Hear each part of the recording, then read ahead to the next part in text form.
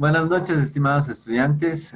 Bienvenidos a la materia de informática aplicada a la administración.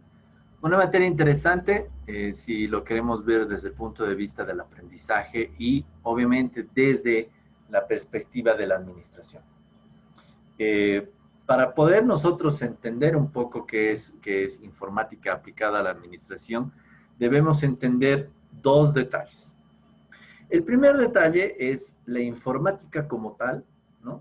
Que a partir de 1950 ha tenido una evolución bastante interesante en cuanto al tema de avances tecnológicos y cómo obviamente la informática, ¿no? Y los procesos de la información van generando procesos mucho más rápidos y ágiles a partir de 1960 hasta no detenerse hasta nuestra actualidad y aún así se sigue realizando este avance de la tecnología. Una de las cosas segundas que hay que saber es que por el otro lado está la administración. La administración que nosotros la vamos a conocer y la vamos a vivir a partir de la idea de los conceptos generales de lo que significa la carrera de administración de empresas.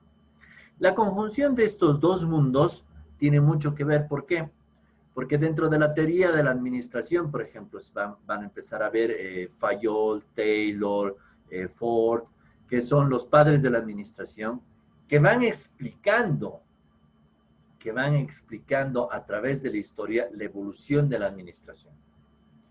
Y nos vamos a encontrar que con la evolución de la administración y la revolución industrial, también evoluciona la informática y asimismo las relaciones de la información y el común de la información. Estos dos parámetros son interesantes cuando empezamos a conocer qué es la administración. La administración es una gran pasión. Para mí es una pasión. Una pasión que se envuelve y desemboca en muchos paradigmas y estos paradigmas a su vez son respondidos cada vez que yo voy avanzando en mi vida profesional. Bienvenidos a Informática Aplicada a la Administración. Soy el licenciado Iván Araníbar, docente titular de la Escuela Superior de Administración de Empresas o Instituto Técnico ESAE.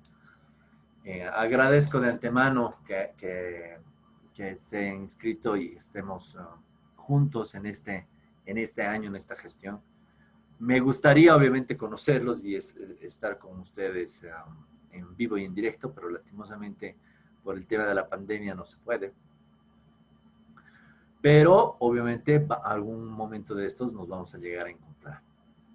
Reglas generales de la clase.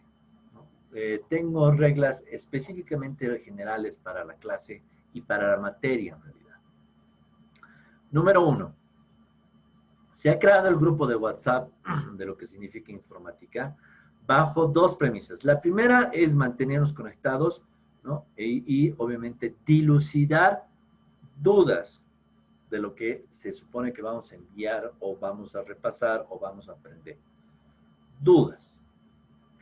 No necesito que en el grupo de WhatsApp sea chistes, no necesito debates, no necesito absolutamente nada.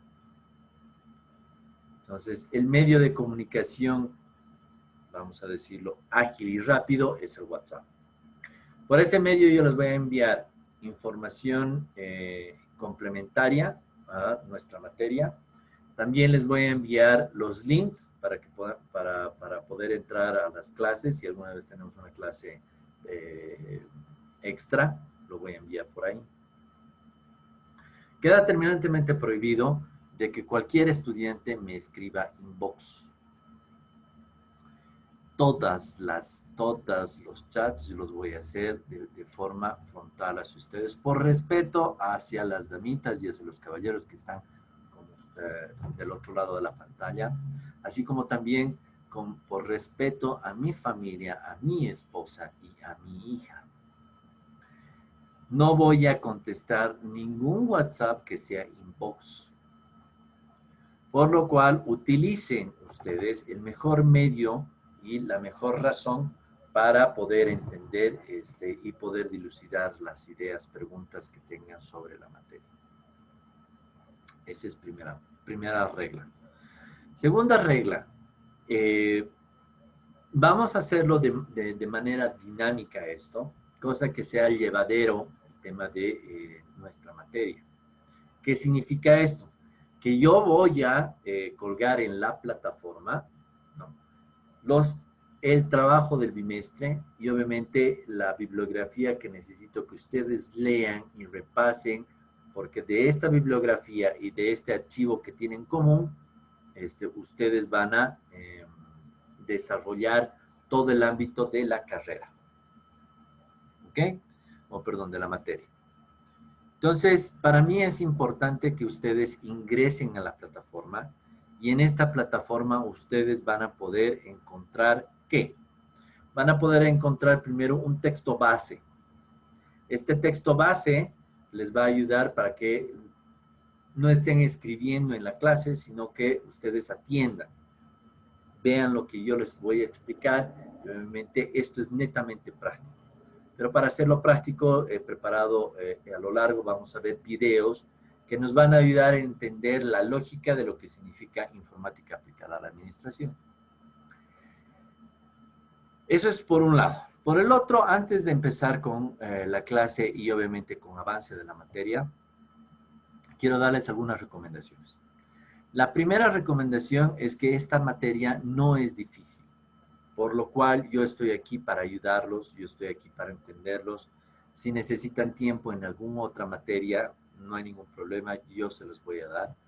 Pero me parece importante que seamos francos y sinceros, ¿no? Y en esta sinceridad y en esta franqueza, las clases van a ser asincrónicas por una razón simple. Cuando yo estaba en la universidad, yo empecé a trabajar y primero trabajé como mesero en Burger King. Entonces estudiaba y trabajaba al mismo tiempo. Claro, los horarios eran demasiado matadores, pero en realidad yo necesitaba trabajar. Y eso fue en segundo año de la universidad, que yo empecé a trabajar y estudiar y algunas materias yo las reprobé porque los docentes no me entendían. En tercer año empecé a trabajar como ejecutivo de ventas. Empecé a vender servicios, el servicio de courier, ¿no? TNT Courier. Y hubo un docente, en paz descanse, que fue Castillo, Carlos Rafael Castillo se llamaba. Y él me apoyó mucho. Y me dijo, ¿sabes qué, Iván? Yo sé la necesidad de trabajar y estudiar porque obviamente tienes varias cosas que tienes que tener. Y al final de cuentas, al final de año, él me ayudó no regalándome nota, sino ayudándome, digamos, dándome trabajos extras o facilitándome los trabajos o facilitándome la materia para que yo pueda vencerla de manera rápida y fácil. Y cuando yo fui a agradecerle, este docente me dijo, no me agradezcas, haz lo mismo que yo hice por ti cuando tú seas docente o en otro lugar. Y esa para mí ha sido una lección de vida. Trato en lo posible de ayudar a la gente de manera laboral. Y obviamente hay gente que trabaja y estudia, como ustedes, que están del otro lado. Y que obviamente lo que yo necesito es que ustedes entiendan este concepto que quiero manejar con ustedes, que es ponerse en el zapato del otro. Por lo cual agradezco a cada uno de ustedes porque la gran mayoría de ustedes trabaja y obviamente ha elegido el horario de la mañana como un horario en donde tienen tiempo. Pero todas las clases van a ser grabadas, van a estar subidas a la plataforma y obviamente vamos a tener una comunicación por WhatsApp y el resto de las cosas van a ir fluyendo. Así que no se preocupen, es una materia, estoy aquí para ayudarles y esta es una materia muy bonita. Y el segundo aspecto es que voy a romper el esquema de lo que habitualmente se maneja en informática en el examen. Este primer bimestre, ¿no?, vamos a hacer una monografía como trabajo y examen de primer bimestre. Por lo cual, lo que vamos a hacer este primer bimestre, voy a llevar historia. Pero no la historia que nosotros realmente conocemos. Ya está colgado lo que van a ver en la plataforma, ya está colgado para que ustedes lo vean, lo analicen, Pero obviamente lo que yo voy a tratar de hacer es poder resumir más que todo en este ámbito lo que yo realmente quiero hacerles entender. Por lo cual lo que vamos a llevar este primer bimestre está en función a la evolución de la informática. Necesitamos entender bien. Debe haber algunas personas, debe haber algunos estudiantes que deben saber manejar la computadora, pero al derecho y al revés deben saber herramientas ofimáticas muy bien para que hagan las cosas demasiado rápido. Por lo cual voy a romper el esquema, como les he dicho, y este esquema se basa específicamente en que vamos a llevar este primer bimestre historia de lo que es informática. En vez de un examen va a ser el trabajo, el primer trabajo. Va a ser como un examen, va a ser una bibliografía. Y a partir del segundo, tercer y cuarto bimestre voy a dar herramientas tecnológicas. ¿Qué son estas herramientas tecnológicas? Muchos sabemos utilizar el Word. Sí, licenciado, yo sé pues, manejar el Word, prender una computadora, no sé qué. Perfecto, lo vamos a llevar a nivel avanzado. Hay cosas que en el nivel avanzado no sabemos cómo hacerlas en Word, las vamos a aprender. Vamos a aprender a manejar herramientas ofimáticas como el Excel, que es una herramienta fundamental y poderosa para que yo pueda tener éxito no solamente en mi vida de estudiante y preprofesional, sino al nivel profesional. Y al finalizar vamos a hacer PowerPoint y Prezi, que son dos herramientas poderosísimas y recontrapoderosas que les va a ayudar a ustedes a poder entender la magnitud de esto les va a ayudar y les va a servir a lo largo de la carrera y en su vida profesional. ¿Ok? En este ámbito y en esto está ya colgado en la plataforma, por lo cual quisiera que lo descarguen y lo vayan leyendo porque yo voy a ir avanzando. ¿Sí? Entonces, vamos a empezar con la introducción a la informática aplicada. ¿Sí? Vamos a decir, perdón un momentito, por favor. Ya, vamos a decir que el sistema de información, ¿no? Aquí es. El sistema de información y sus elementos, ¿no? Los sistemas informáticos es un conjunto de elementos que interactúan. Esta interacción, ¿no? Como tal, esta interacción es entre sí y lleva como fin llevar a cabo la automatización de la información. ¿Qué quiere decir esto? Que la información tiene que ser cada vez más rápida y mucho más fluida. ¿No? Y estos elementos del sistema de la información son el software, el hardware y los usuarios. ¿Qué es el software? ¿Qué es el hardware? ¿Qué son los usuarios? Los usuarios obviamente somos nosotros, ¿no? los que usamos, pero no solamente ellos, sino los desarrolladores, los técnicos, los operarios, que obviamente están dentro de un sistema lógico. ¿Qué es el hardware? Lo duro, lo que tocamos, la computadora, ¿no? La tarjeta madre, la tarjeta de video, esas son el hardware. Y el software obviamente son los firmwares, los sistemas operativos y las aplicaciones que en el conjunto, ¿no? Hacen un sistema informático. Lo que les decía, ¿no? En el sistema informático obviamente vamos a tener el Excel, PowerPoint, Windows, que es el entorno, por ahí alguien está manejando y sabe manejar el Linux que me enseñe, ¿verdad? Pero también tenemos el hardware. ¿Qué es el hardware? Lo duro, lo que realmente nosotros vemos, como por ejemplo la computadora, el teclado, la impresora, que son obviamente la parte dura de una computadora. ¿Qué es el data? Es obviamente la información. La información que fluye a través de qué? A través de lo que nosotros necesitamos comunicar. Y obviamente en función a este software, el software obviamente tiene que tener programas. Y estos programas están en base a una plataforma. ¿Ok? Cuando hablamos netamente de lo que significa la definición de un computador o de un ordenador, es una máquina compuesta por elementos físicos que en su mayoría de origen son electrónicos, capaz de realizar una gran variedad de trabajos y obviamente a una velocidad y precisión en base al código binario. Es 0 y el 1. ¿Qué podemos ver dentro de la parte física, por ejemplo, que es el hardware? Y dentro de lo que es el hardware, obviamente vamos a tener la parte básica de todo esto. ¿Y qué es la parte básica de todo esto? Es que nosotros podamos entender lo físico, lo lógico y lo humano. Esta combinación es poderosa. Uno sin el otro no puede existir. No puede existir lo físico si no existe el humano. Porque puede estar ahí una computadora, pero si no hay una persona que le meta los datos, en vano funciona. No puede existir lo físico, lo lógico sin lo humano. No puede existir lo humano sin lo lógico y lo físico. Y no puede existir lo físico y lo humano sin lo lógico. Para ponerlo en contexto y bien facilito. Por ejemplo, una persona, las fábricas IBM, las Apple, o iPhone, o no sé, pues Acer, HP, que son las Hewlett Packard, y otras grandes corporaciones, crean lo físico de las herramientas, crean lo físico de las computadoras. Pero de nada va a servir que tengamos lo físico si no tiene una lógica, si no tiene un software. Entonces, ahí tiene la Microsoft, ahí tiene, digamos, un papel muy importante.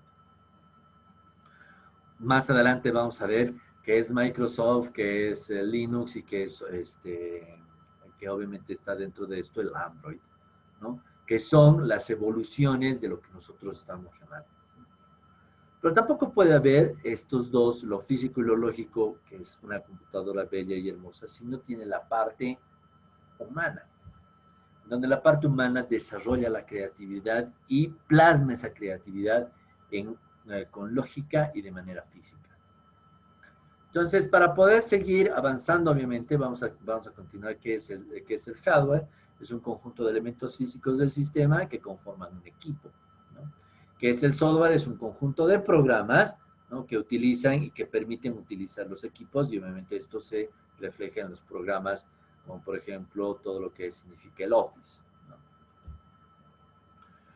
Obviamente dentro de las tendencias básicas y dentro de lo que significa básico para poder entender lo nuevo o la tendencia habitual, podríamos decir que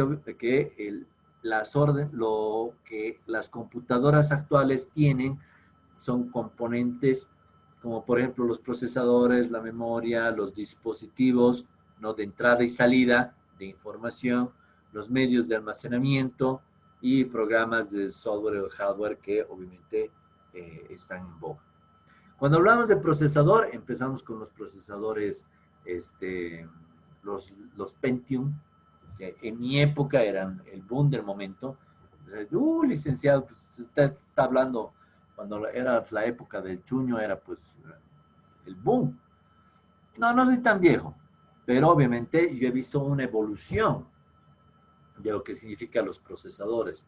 El 386, el 486, por ejemplo, que Acer desarrollaba con procesadores que eran pues, el momento. En esta actualidad, por ejemplo, los procesadores i5 y i7 son lo último, son lo más veloz. Obviamente este procesador tiene que ir acompañado de una memoria. Antes las memorias venían pues así en kbytes. Luego vamos a ver qué es kbytes, qué es megabytes, qué es giga, etc. Ahora vienen, o sea, por gigas, ¿no? Y antes los discos eran súper grandes, ahora una miniatura de este vuelo puede entrar pues hasta casi un tera, digamos, ¿no? O sea, de información. Entonces, esto ha ido evolucionando. Los dispositivos de entrada y salida, que luego los vamos a estar viendo. Obviamente los medios de almacenamiento, como el disco duro, los discos extraíbles, ¿no? Servidores. Y obviamente los programas, los software. Aquí yo he puesto el icono de Windows 95 para que no me molesten, pero obviamente ya estamos en el 2016 y existe ya una evolución bastante amplia de lo que significa Windows. Para poder entender este panorama, vamos a tener que ver que las memorias auxiliares, los soportes magnéticos de lo que significa el hardware, es una unidad central de procesos que tiene un elemento de entrada un procesamiento de la información, obviamente con una unidad de control y una unidad de lógica, que esto hace que la memoria central vaya botando los datos y que obviamente al final de esto sea el elemento de salida, que son los datos que uno está pidiendo. Aquí obviamente dentro de lo que significa el hardware, ¿no? Vamos a ver todos los componentes, por ejemplo, el número 1. ¿No? Aquí está el número 1. ¿Dónde está el número 1? Aquí está el número 1. Que son los speakers, los parlantes. El número 2. Vamos a ver dónde está el 2, dónde está el 2, dónde está el 2. Aquí está. El 2 es el modem. Obviamente que es el router que nosotros utilizamos para conectarnos al internet. El 3, que es el micrófono. El 4, que es la memoria RAM, que es lo que compone una computadora. El 5, obviamente, que está dentro de lo que significa la CPU, la unidad central de procesos. El 6, que es el teclado. El 7, que es el mouse. El 8, que es el CD-ROM o DVD o Blu-ray, ¿no? Ya estamos más actuales. El 9, pues, que puede ser un disquete, o sea, un floppy, o puede ser un USB drive, ¿no? El 10. El 10 es un componente un poco más claro y evidente, ¿no? Que es el hard drive, que es el disco duro. El 11, que es la impresora, ¿no? Que acá la estamos viendo, la impresora. El 12, que son los posts. Estos posts, por decirlo así, van en función a los puertos. El 3 es el monitor y el 4 es el 14 es una banda de expansión, ¿no? Es una expansión de la memoria. Esto es lo que compone el hardware. Cuando hablamos de procesador, hablamos del cerebro del computador. Este procesador en la década de los 90 entraba con lo que significa el Pentium. Ahí está el Pentium. Y este Pentium ha ido evolucionando. Este Pentium ha ido evolucionando de tal forma, pero de tal forma que ahora obviamente estamos con los Core A5, A7, que son los de última generación, y que por ende son procesadores muy, muy rápidos. Licenciado, pero ¿por qué los procesadores tienen que ser tan rápidos? No pueden ser más cortos, más pequeños, eh, no sé, más lentos, más a mi velocidad. La tecnología ha ido evolucionando a partir de una gran tendencia que ha significado desde la revolución industrial. Y eso lo van a llevar en Administración 1. En la revolución industrial se empieza a gestar un pensamiento mucho más crítico y objetivo de lo que era la administración desde el punto de vista de el ganar dinero y generar procesos y procedimientos claros para el logro de objetivos. Pero obviamente yo podía tener al elemento humano mucho más rápido, mucho más ágil, pero esto no implica de que, pero esto implica de que esto tengo que ir acompañado más bien de un elemento que significa una herramienta fundamental. Si yo soy rápido y la computadora es lenta, ahí morimos todos. Porque el cuello de botella lo voy a generar yo en el proceso y el procedimiento dentro de una institución o una empresa. Si mi computadora es rápida, pero yo soy lento, sigo generando un cuello de botella, pero un cuello de botella no solamente en la parte de la velocidad del procesamiento de datos, sino el cuello de botella lo estoy generando desde el conocimiento que yo tengo. Pero si yo tengo un procesador, si yo tengo un ordenador que tiene un procesador muy rápido y yo soy una persona proactiva que es rápida, los procesos y procedimientos serán cumplidos dentro de una institución, dentro de una organización, dentro de una función como tal, para que se logren objetivos claros y precisos. Y esos objetivos claros y precisos necesitan tener un cerebro que tenga una velocidad de procesamiento rápida para la toma de decisiones. Por lo cual, desde la revolución industrial, esto ha ido evolucionando. Y esto ha ido cambiando y generando, las computadoras eran así de grandes, ahora son computadoras así de pequeñas. Los procesadores siguen siendo poderosos, rápidos, aunque la computadora sea así pequeña. Mi papá trabajaba antes en Senaco.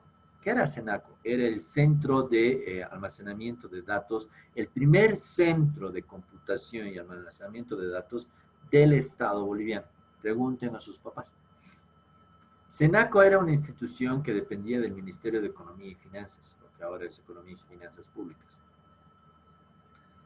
Y en Senaco eran a las habitaciones, yo tengo fotos de mi papá con la habitación, que era una habitación gigante y era así de diminuto, y eso era un ordenador.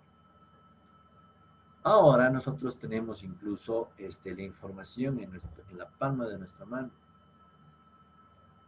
Los celulares ahora sirven como procesadores, son procesadores rápidos que ayudan a la toma de decisiones. Lo mismo pasa con la evolución de la computación y los procesadores. ¿Ok? Obviamente dentro de lo que significan las características y los procesos estos, obviamente nos tenemos que tomar en cuenta, se me salió. Tenemos que tomar en cuenta que el procesador obviamente tiene características principales. Obviamente la velocidad, la memoria, el consumo, ¿no? El consumo de lo que significan los núcleos, que vamos a estar viendo cómo ha evolucionado, y los bus de datos. ¿Qué implica esto? Que obviamente dentro de estas características principales del operador, que es el CPU, es la unidad central de procesos, ¿no? Que está aquí, el CPU, es el Central Process Unit, que es la unidad central de procesos, el cerebro de la computadora, el control y ejecución de las operaciones, los circuitos integrados o chips, los microprocesadores y la unidad de control y el ALU, que obviamente tienen características de velocidad, memoria, consumo y bus de datos. Cuando hablamos y nos referimos a lo que significa la memoria de la computadora, ¿no? Los procesadores, obviamente actualmente se habla de una frecuencia de gigas, ¿no? Que son, antes se decía megas, ahora se dice gigas, ¿no? Y esto hace que la velocidad vaya en función a un ancho de banda siendo más fluida. Cuando hablamos de memorias, hablamos de las memorias de las CPUs, que obviamente antes se veía desde el RAM y el ROM, ahora obviamente con la memoria RAM, que es de 4, 8, 12 hasta 16, yo he visto una de 18, que es dedicada y armada, y que ve en función a que la unidad central de procesos tenga microcircuitos y procesadores mucho más ágiles para toma de decisiones mucho más rápidas. Dentro de lo que significa el consumo, es el consumo obviamente ya sea de energía en menor cantidad, generando menor cantidad de calor en el hardware de la computadora, y que esto media a su vez un consumo eficiente, porque ahora estamos dentro de la parte verde. ¿Qué es la parte verde? El reciclaje, el utilizar menos cantidad de energía, ser mucho más eficientes con la menor cantidad de cosas, ¿no? Y obviamente el bus de datos, que son los procesadores que funcionan con un ancho de banda, que antes eran de 64, están con 120, 280, 500 y ahí vamos a ir viendo la evolución de lo que significan los bits en banda ancha. Ahora obviamente estamos con la tecnología de fibra óptica. Y esta tecnología de fibra óptica lo que hace específicamente es poder realizar y entender una lógica de poder ser mucho más rápido. Para poder entender esto, he hecho un cuadrito en el cual obviamente tenemos el Intel versus el NVIDIA. El licenciado, ¿qué es esto? Especialmente las mujeres no van a entender, pero esto es facilito de entender. En la década de los 90, la Microsoft, ¿no? Junto con otras dos imperios bastante grandes de tecnología, como ser la Acer, y ahora casi no es nada, y la Apple, produjeron tarjetas integradas, ¿no? Entonces dijeron, ya, vamos a crear, vamos a armar esta botella, ¿no? Entonces, ¿esta botella de qué se compone? Se compone de un corcho, se compone de la botella y obviamente del contenido. Entonces, alguien dijo, yo voy a hacer el corcho. Perfecto. Entonces dijeron, perfecto, no hay ningún problema. Yo voy a hacer la botella de vidrio, no hay problema. ¿Y el contenido? ¿Y el contenido qué hacemos? lo tercializaremos. Entonces han tercializado una empresa. Y esta empresa se llama Intel. Esta Intel empezó a desarrollar, digamos, procesadores como tarjetas de video, tarjetas de sonido, que eran pues fascinantes. Y le vieron el negocio. Ah, como todo en la vida es evolución, varias personas de Intel se salieron y formaron lo que significa el AMD, que es el NVIDIA, que es otra empresa que empezó a hacer la competición a Intel y obviamente ha generado en el mercado y hasta ahora genera, ¿no?, una fuerte demanda. Depende dentro de lo que significa el consumo y depende de lo que yo necesite. Por ejemplo, cuando hablamos como la necesidad del usuario de consumir, del consumo de energía, entonces tengo que utilizar un NVIDIA, ¿no? Es menos eficiente que el Intel, obviamente, pero el Intel es más eficiente que el AMD. ¿Qué significa? Que si yo quiero utilizar menos consumo de energía, tengo que utilizar una Intel. Dentro de lo que significa los rangos de precios, por ejemplo, obviamente el Intel es mucho más caro porque los ensamblajes se hacen en distintas partes y en distintas fases, ¿no? Y estas fases y estas interacciones dentro de los rangos de precios hacen que el precio fluctúe. Dentro de lo que significa, por ejemplo, el rendimiento de velocidad, el Intel es mucho más rápido, pero para juegos y multimedia, por ejemplo, la mejor opción es NVIDIA, porque obviamente tiene gráficos mucho más definidos y eso los gamers me van a poder entender a cabalidad. Yo lo que quiero ver a través de esta comparación es que depende mucho del usuario y de lo que yo quiero hacer para poder determinar qué es lo que tengo que utilizar. Y obviamente el mercado está en base a esto.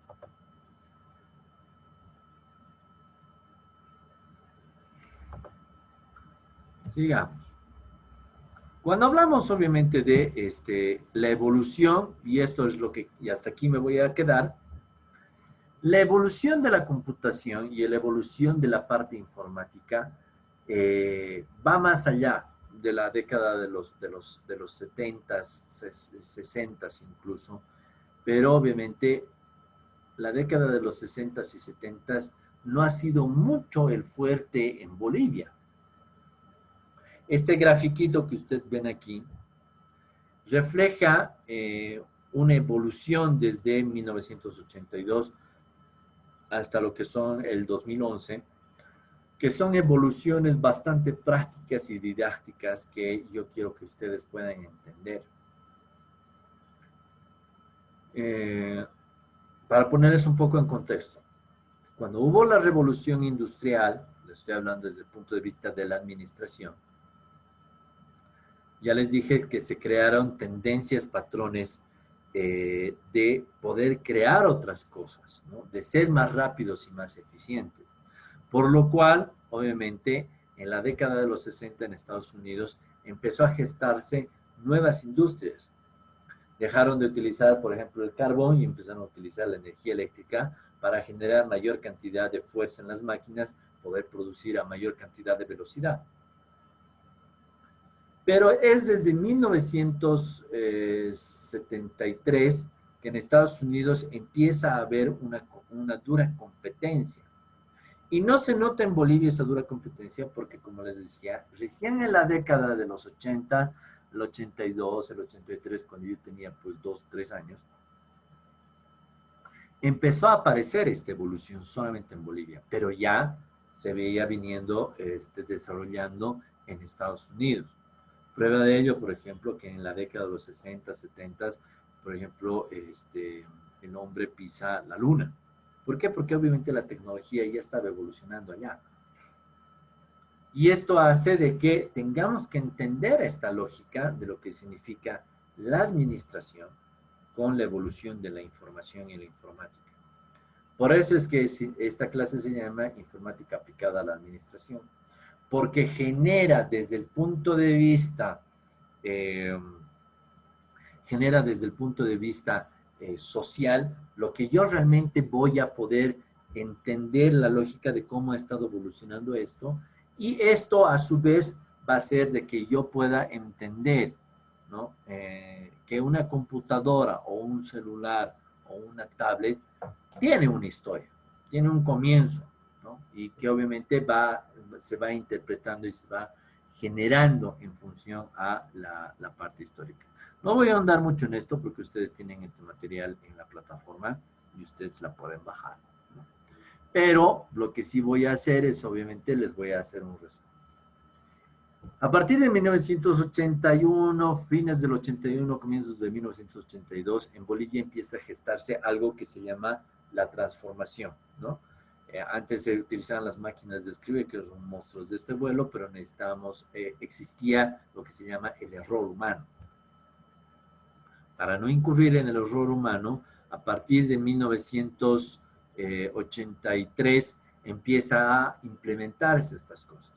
Pero obviamente en 1970 empieza a haber una evolución en los procesadores de almacenamiento de datos, que eran unos discos así súper gigantes, ¿no? Y cuando yo, por ejemplo, estaba en colegio, yo utilicé los discos 5 1/4, ¿no? Que los vamos a ver más adelante, que es bastante chistoso. Cuando yo era niño yo empecé a utilizar esto. Entonces, desde 1971, que esto va evolucionando, ¿no? Desde la década del 70, 70, 80, 85, 89, al 91, y aquí me detengo entre el 89 y el 91, porque los procesadores ya empieza la generación del Pentium, ¿no? Esta generación del Pentium en donde rompe el esquema de lo que significan todas las empresas y procesadores, dejan a un lado lo que significa la competencia y empieza cada uno a tener su propio segmento de mercado, ¿no? Porque obviamente una Apple tiene un sistema de operativo totalmente distinto con todo lo que significa el iPhone, iPod y etcétera, ¿no? Y obviamente dentro del otro lado está lo que significa la Microsoft, el sistema Android y demás, que a su vez, ¿no? Hacen que ya tenían segmentos bien definidos y empieza la carrera. Entonces aquí existe un quiebre desde fines del 80 y comienzos de los 90, empieza a tener un quiebre. ¿Por qué? Porque Intel y Nvidia empiezan a generar necesidades y empiezan a cubrir necesidades. Y empieza a haber una evolución bastante interesante en la década entre el 93 y el 97, porque Intel se empieza a asociar con Microsoft y empiezan a generar mucho más cosas, mucho más rápido. Y así va pasando el tiempo y obviamente entramos a la década del 2000 y aquí hubo un dato bien novedoso y bien chistoso, porque en mi época, en 1999, cuando yo estaba saliendo del colegio, el 98 salí del colegio, sí, entre el 98 y el 99, hubo una tendencia de agarrar y decir, va a haber un virus, el Y2K, que este virus va a hacer que todo, pero todo, ¿no? Se apague y ya no sirva absolutamente nada, sea todo un desastre y este virus. ¿Por qué fue eso? Porque obviamente esta competencia, esta rivalidad entre dos marcas tan poderosas era tan grande que necesitaban que alguien tropiece, porque la carrera era pues pareja. Entonces crean esto entre los chinos y los japoneses y empiezan a crear esta dimensión paralela, decir, no, este es un virus que estaba integrado y necesitan comprarse un procesador aún más rápido. Y ahí empieza otro quiebre. Dejan de ser Pentiums, ¿no? Y empiezan a aparecer los e-core. Pero también empieza a aparecer en Bolivia el Internet. A partir del 2000 empieza a aparecer los primeros Internets, que obviamente teniendo un procesador tan rápido, se podía generar una velocidad para poder descargar y entrar a descargar información, que lo que nosotros podemos hacer con LTE y ahora existe el 5G. Y esta tendencia, ¿no?, hizo de que a partir del 2000 estas dos empresas, junto con otros imperios, empiecen a tener mayor evolución en cuanto ya sea al tamaño, el procesador y la velocidad, y en función a la resolución de una pantalla o la resolución de un procesador para cualquiera sea lo que yo estaba queriendo hacer. Hasta nuestras épocas, el 2021, que hasta ahora, por ejemplo, en celulares, por ejemplo, tienen un procesador Octa, ¿no? Un Octa que es súper rápido, la resolución de la pantalla es óptima y que también dentro de lo que significa la computación ya tiene con huella dactilar, ya viene en el desbloqueo de las computadoras, o sea, ya es un mundo aparte. Yo me voy a quedar hasta aquí, ¿no? Para la siguiente clase lo que les prometo es seguir avanzando en esto y proponerles, ¿no?, que esto vayamos practicando, viendo y haciendo de que se pueda generar una idea de poder establecer un lineamiento de conocimientos básicos. Hay gente que sí ya sabe, ¿no? Entonces ténganme paciencia, tengo que nivelar a la gente que no sabe. Bueno, estimados estudiantes, a mí me ha gustado tener estos casi 45 minutos de clase. Les prometí una clase, aquí está. Y lo pueden descargar este material de la plataforma y vamos avanzando, ¿no? Vamos generando conciencia, vamos generando conocimiento y en este generar conciencia y conocimiento nos vamos a atrever a preguntar, a preguntarme a mí, a preguntarse ustedes, a investigar. Ha sido un gusto saludarlos a cada uno de ustedes. Espero que estén bien. Por favor, no bajemos la guardia. Pues sigamos utilizando barbijos, aunque les parezca incómodo. Yo utilizo doble barbijo en la oficina y no me quito nada más que para comer. Distanciamiento social. ¿No? Por favor, también se les pide y se les ruega lavarse las manos. Y así cuidan ustedes, se cuidan ustedes y cuidan también a sus familias. ¿Sí? Un saludo a la distancia y espero algún día conocerlos en persona. ¿Ok? Un gusto. Cuídense.